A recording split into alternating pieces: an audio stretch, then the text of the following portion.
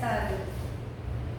Kasi yung sinabi na yan, mababasa natin sa susunod na mga verses, paglabas ko ng Moses, doon sa Egyptian, sa last na,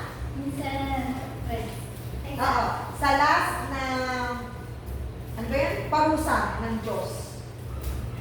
Ano yung ulit parusa? Ano sabihin? Sabi siya. Hindi pa na mabasa. Okay? Ay, yung ano, manang, yung namamatay mo po yung ano, yung anak ng hari. Lahat yung mga panganay. Pangalan. So, from there, sunod na yun. Papabayaan na silang umalis, ibibigay lahat. Pero parang ano po parang hinabol po sila. Oo, kasi na ano eh. Alam mo naman i-issue. Pero nakaplano. Ang galing ng Panginoon. Kasi alam niya eh.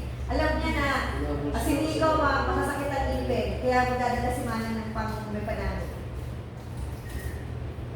Gets niya? Sa lahat Kung ay... hindi namatay yung anak ng paraon, hindi pa panalo pa mangyayari sila. Hindi ko si Lord naman nakasunod. Si Lord ang makakaano na. Hindi ko na.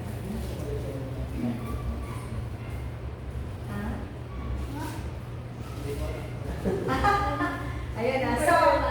So mas mabuti para hindi tayo mahirapan sa kinabukasan natin. Lagi natin ilaan yung panahon natin sa Panginoon na Lord, lead me.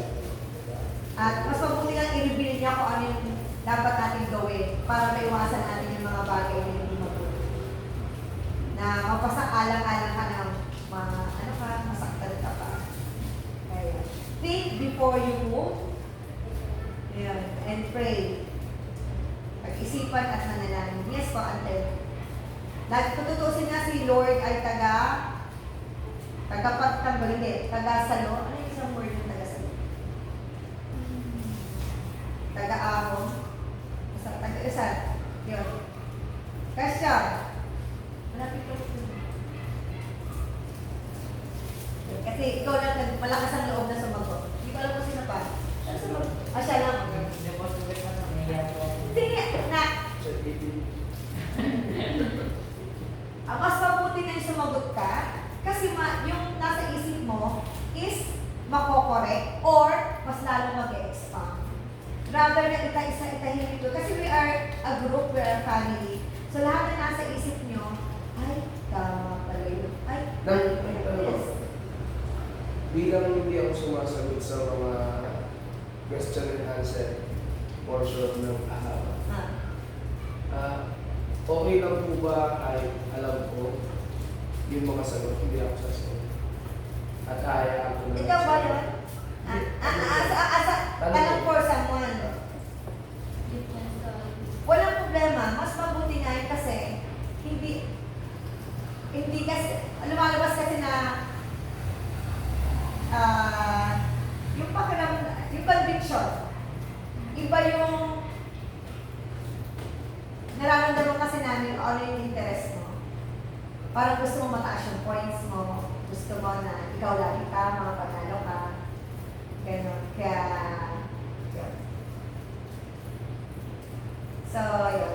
Ano kung halimbawa Pinipigil ako lang yung sarili ko na mag-comment.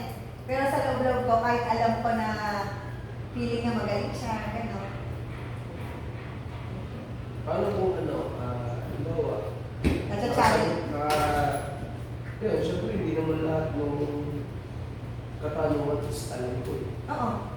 Alam, walang problema na eh. Pag nakita niyo nang sumagot yung isa, sagot niyo rin. Why na?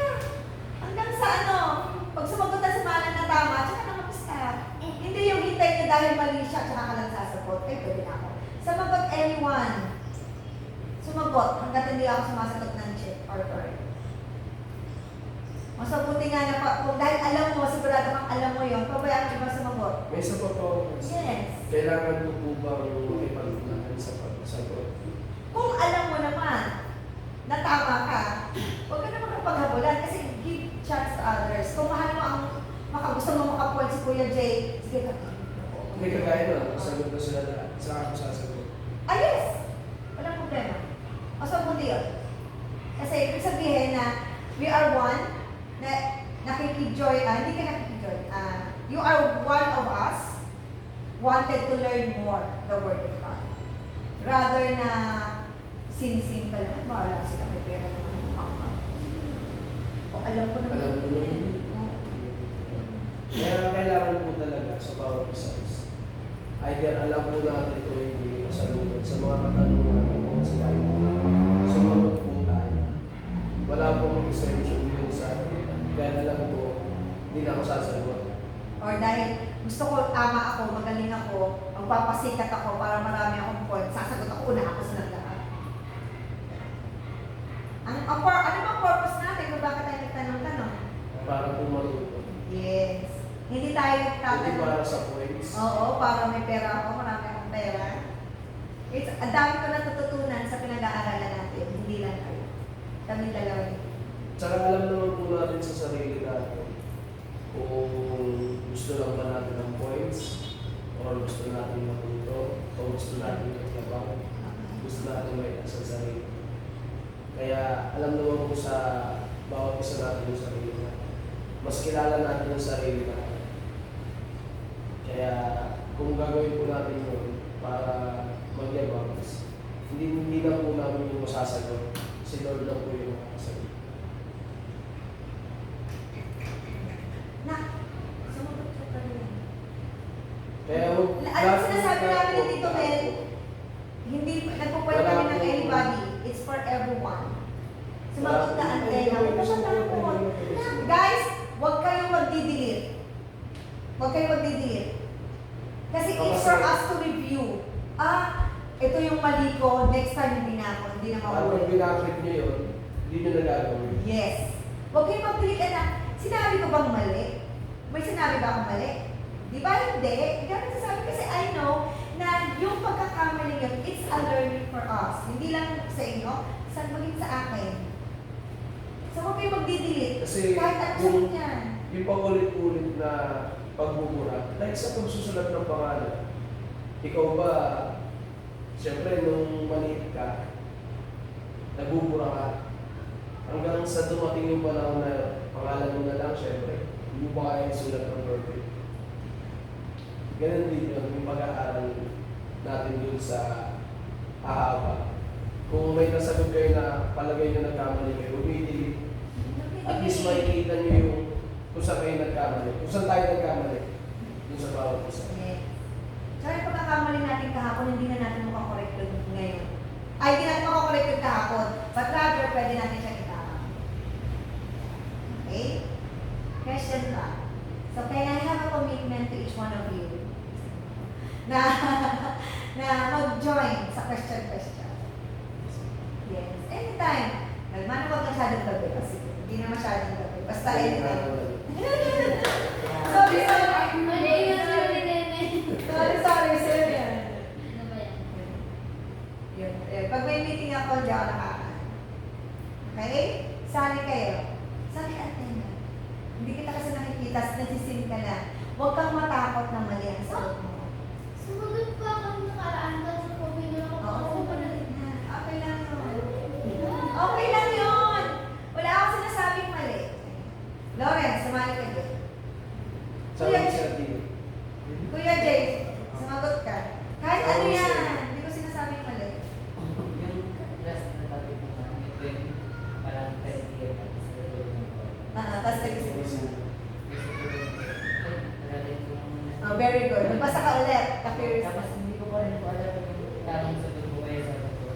Sige, tomorrow na. Hanggang sa nakalimutan. Yun nga rin, nalipod ako, i-discuss ka na. Kasi may client na kasi kami. No? Kaya hindi ka na. Pero tinitignan ko, nagpuna si Nene. Parang nakita ko may delete.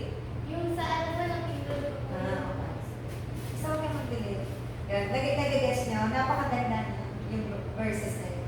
Natanda natin, Exodus chapter 3, verse 18 to 22, on how the Lord handles our life in a nice way.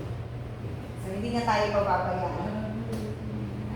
So, bago tayo mag-practice, Kuya Jay, close ko na yung ating session. We have more questions, clarifications. Ilan ang Diyos natin? Isa. Very good. Sino sila? Si Lawrence nga po sabihin mo nun. Sige nga daw. Sino sila? God the Father, God the Son, and the Holy Spirit. Bakit sila tatawa? Pronunciation. Ano na? Pronunciation. Mali ba? God na, hindi ganda. Okay. Dito sa'yo ha. Okay. Kaya- And ha, pag dinanong kayo ha, iisa ang sagot natin. God Pag the sinabing Father, hindi Trinity, ganda. kanyan, salitang bago lang yan. Description lang siya ng isang Diyos sa tatlong person. Hindi yung word na nasa Bible. Wait, practice pa ah.